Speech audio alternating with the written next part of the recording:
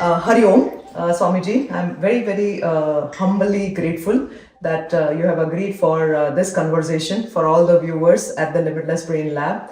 Swami Swaroopananda ji, for all of you. He is the current global head of Chinmaya Mission. Chinmaya Mission has over 400 centers worldwide, and currently Swamiji is the current global head.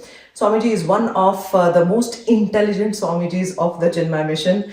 Every single book of his is just absolutely brilliant. His every single talk transforms you, particularly, especially for even for the corporate world. He's just not speaking spirituality, but he also brings that spirituality in our everyday life. Specifically, some of his beautiful works are also on Hanuman Chalisa, Ikonkar, and his wonderful course, which is also going to happen in Dubai in November. Make it happen.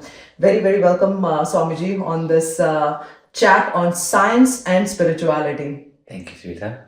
Thank you, Swamiji. Now, to our audience, they have been asking this question: is spirituality different from science? Are scientists not spiritual? What is the association?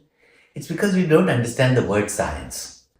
That which is based on observation, logical thinking, as well as experimentation and discovery, direct discovery.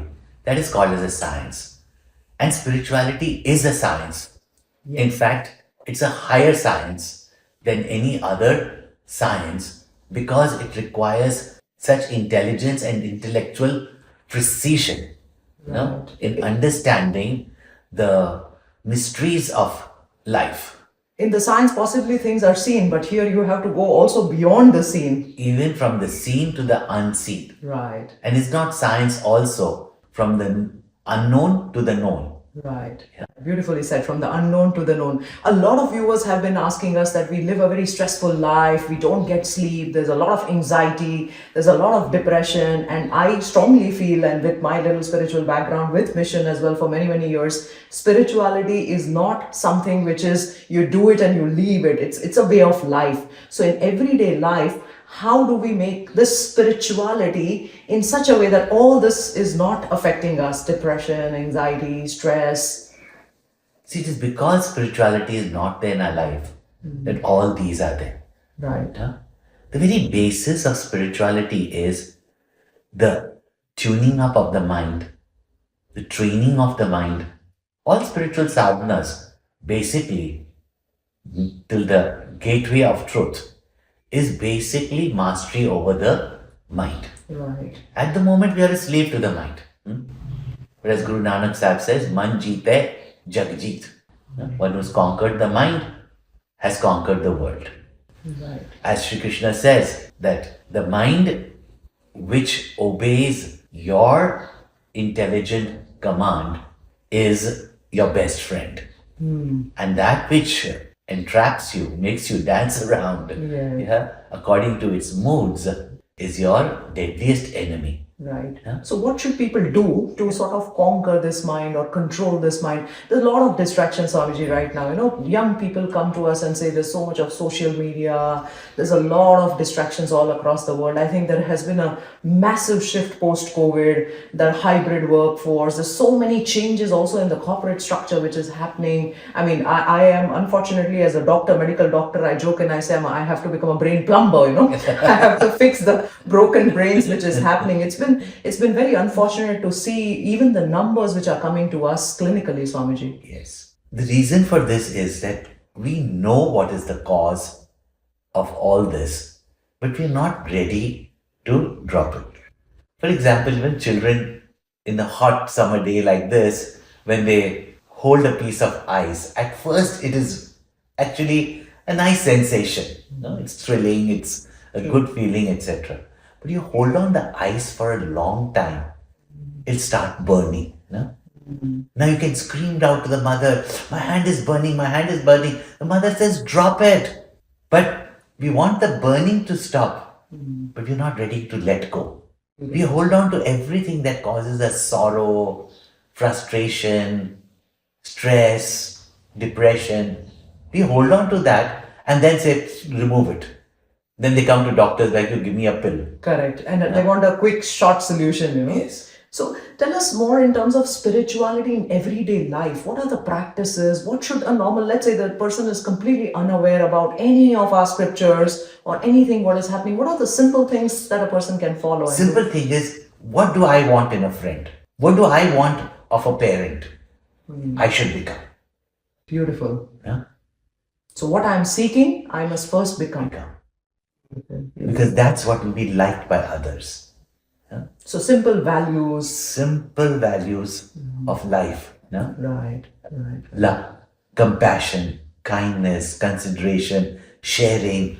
All these are very important to expand, or rather say, open up our hearts to receive more, which the universe has to give us. Beautiful. But we just hold on to something like that piece of ice and not explore the greater wonders of life. Absolutely. So when we study the brain in the lab, there are three parts of the brain which we talk always to the audience. There's one brainstem which is breathing. There's an emotional brain which is called the limbic system. It's always, watching the thread. Should I just go ahead and avoid this thread? There's comfort part of the brain which comes in. So it's all about fight, flight, fear, freeze. And then there is a bigger part of the brain called the frontal cortex, which is very important for decision making, for having the balance of life, or the viveka, what we call the discrimination, etc. So most people currently are in this limbic system, and hence there's all this what we find that they are going through. Anything in terms of chanting, because we have been talking a lot about chanting, meditation. What is your take on that? And specifically, I think Hanuman Chalisa, Hanumanji has been your favorite deity as well. So please, can you elaborate on that? So in the simple spiritual language, we have the instinctive mind as well as the exploring intellect. Intellect takes us beyond our present limitations to something much bigger, greater, a wider, a vaster picture, a greater learning, etc. So our mind is emotional, instinctive, True. and the intellect is rational, as well as is able to explore into greater things or see different dimensions or facets to the same thing. For example, if you just see a snake there, naturally your instinct of Fear will come. fear, and then whether you paralyze or you Freeze, fight. or you run away. But the intellect immediately starts inquiring with its knowledge whether is it really in this darkness what I'm seeing is a snake or is it a rope. However, the spiritual science points out something amazing, a faculty in us when the mind and the intellect integrates itself, and maybe a way by which the left lobe and the right lobe connect with each other, where today we are probably talking about it as emotional intelligence. But I feel that when people say emotional intelligence is just getting Half the story. Very true. But where your mind and intellect is in unison with each other, and maybe experimentation can take place, that which part of the brain actually gets in a way in the MRIs Yes, lit. absolutely. And what happens when this integration takes place? So when this integration takes place, you develop a completely unique faculty of spontaneous decision, spontaneous knowledge. And that is the greatness that the spiritual science has pointed out. Beautiful. It is not by just stimulating the brain or some chemicals that is put in. It's about how you integrate your emotions with your intellect, with your knowledge. Beautiful. And when that intuition takes place, that is what is called as the contemplative mind, the meditative mind. Beautiful. So meditation is not just sitting quietly, meditation is not just listening to some music, etc. And watching thoughts or just witnessing, but actually transforming that mind, capacity of that mind. And then only you can transcend the mind. Beautiful. How do you transcend the mind? So then you transcend the mind. Now, as far as these various chants are concerned, just as the Vedic chants, of course, of the highest science of the mind, and then the works of greater saints and sages, they're not ordinary, even though it may have just come out as an outpouring from them. And the theme is so subtle. The ideas suggested in that are highly, highly profound or even intellectual. The emotions that they bring up, yeah, Very true. the moods that they bring up. And when all of them come up simultaneously, all the positive thoughts, clarity of knowledge of the truth, the devotion, when they all come together, just as we see in Hanuman Chalisa, it's not just a devotional poem. True. It's one of the most motivating characters Yes. of our epics. And Hanuman represents that whatever ever project he took up, yeah, he not only took it to success, but gave significance to it. Therefore, my Make It Happen program, which is based on the subtle aspects of the mind and mind shifts, etc., I call it from success to significance. We have to redefine our success to make it significant. What impact are we creating? What are we doing to us and to the community and the world at large? If our success only brings us wealth, but does not develop us to generate even further wealth, yeah, and with that wealth also, what impact we can have on the lives of people. Wonderful. In fact, you were talking about the intelligence. Unfortunately, we understand the intelligence more from the IQ perspective of it, but there's also an intuitive quotient or that intuitive knowledge. Our good old rishis and everybody used to just come up with some absolutely wonderful work of poem, literature. Where was that coming from? There was no traditional education, but there was this opening of the vista of this mind and the intellect which brought it out. I wouldn't say there was no Formal institution, formal education, because our Gurukula system, and the very word schooler comes from Gurukula, yes. The family of the teacher. So our Gurukula system was one of the most sophisticated systems of education. And today, just as we have with Gurudev's, Swami Chinmayananda's vision, started this new university, Chinmaya Vishwavidyapeeth or Chinmaya University, where to rediscover our Indian knowledge systems, yeah, and Indian knowledge heritage, and to integrate it with contemporary knowledge and contemporary lifestyle. What is the difference? And as a psychologist, neurologist, you will realize that presently our education system does not see what is the aptitude Yes. of the child, the intellectual bent of the Capacity or the or bent. capacity. Yes. We are giving one type of One size education fits all type. to Yes. everybody, and with the false understanding of equality, etc.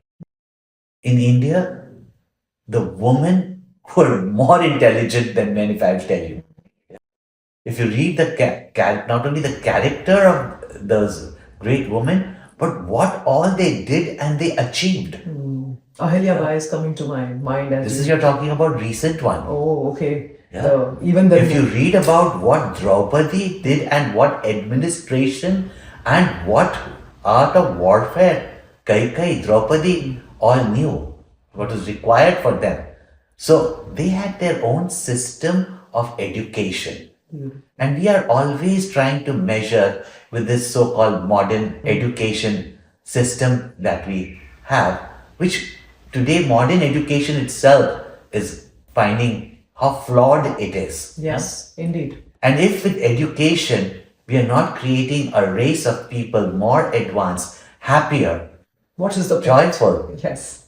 but more depressed, yeah, Overthinking. not able to deal with the simple challenges, the closest relationships of our life, then what knowledge, what education, what advancement are we talking about? True. That today we do not even have that intelligence on how to face the simple situations of our life. Very true, very true. So the education system was a holistic system. Inside out Yeah. and outside in. Yeah. And that is what in our Chinmaya Vidyalayas, in our Chinmaya Vision School, modern schools, English education, same curriculum.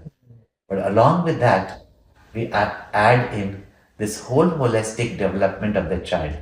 Physical, Yes. yeah, emotional, Mental. intellectual, yeah, spiritual, social relationships. Beautiful. And if all this is not taught in the field of education, I was in fact even surprised when I was speaking to being the chancellor of our university. I want to see that I bring the best from the East, the West, from the spiritual science to the Indian solid knowledge systems to even what is contemporary knowledge. And it's not that we have not discovered in modern times some amazing, amazing discoveries, which we may have had in the past. We may have rediscovered. We've lost the past. No? True. We've got it. And with that, we understand that even in the past, we had it. No? So to bring that, so I was discussing, and the same question came up with some of the university heads, the top universities of the world, I'm telling, because I won't take names. So they were asking me, the Indian sciences know about consciousness and meditation, mindfulness. Can you create a course for us, so that we can adapt that? I said, if you are going to just start teaching them meditation, and it will have its effect, but that meditation is not intense, it's not Yes. effective, powerful until the basis of meditation True. is understood. And I said that until and unless, and you're talking about mental health issues, suicides, addictions, everything, that requires a cultural upbringing of whose the learning unit is the family. Very true. And whatever we may be there today in the society, if the education system can't be a larger family to give us nuclear families or even individualistic families, cannot give the next generation. True. And that is basically helping them to develop virtues. Yes. So I said, we have to teach them the values, and children as well as youth. Yes. Very true. Yeah. They are idealistic. But Swamiji, a lot of parents comes to us and says that, spirituality is very distinct from them. They don't understand it at all. Very difficult for us to inculcate those values in the current children. This is all the questions that we have been getting It from is the audience. simple, the simple, basic human values which come naturally in a family that love each other. And Vasudhaiva Kutumbakam. This whole world is one big family. So our interaction with each other, which is so important. Nobody's an island on their own. And we understand with gratitude. Now you can make these gratitude journals. You're not grateful for your parents. You're not grateful for your friends. You're not grateful to your teachers. You're not grateful to what the world is providing us, from nature to even society. And when we forget from whom we got what we got, we become egoistic, we become selfish, and and today the main problem that they were telling me from this university, and which is now coming up, is loneliness. Yes, it's in fact the next pandemic currently as we speak in America. This has been the latest statistics, which is very, very sad to hear also the statistics, And everybody wants online. Yes, yes. Yeah, just for convenience, but not realizing that you get cocooned in a sense of loneliness, and whether it's depression, etc., all stems from that sense of hopelessness, loneliness. Absolutely. Now, all this is so beautifully pointed out even in the first chapter of the Bhagavad Gita. Yeah, if anybody wants to understand the psychology of the mind, yes. yeah, and how to treat it, is the second chapter of the Bhagavad Gita. Yeah. True. And we brush off these as religious books and all that, which we were made to look into. We were made to feel that this is all religion, and therefore, part of it.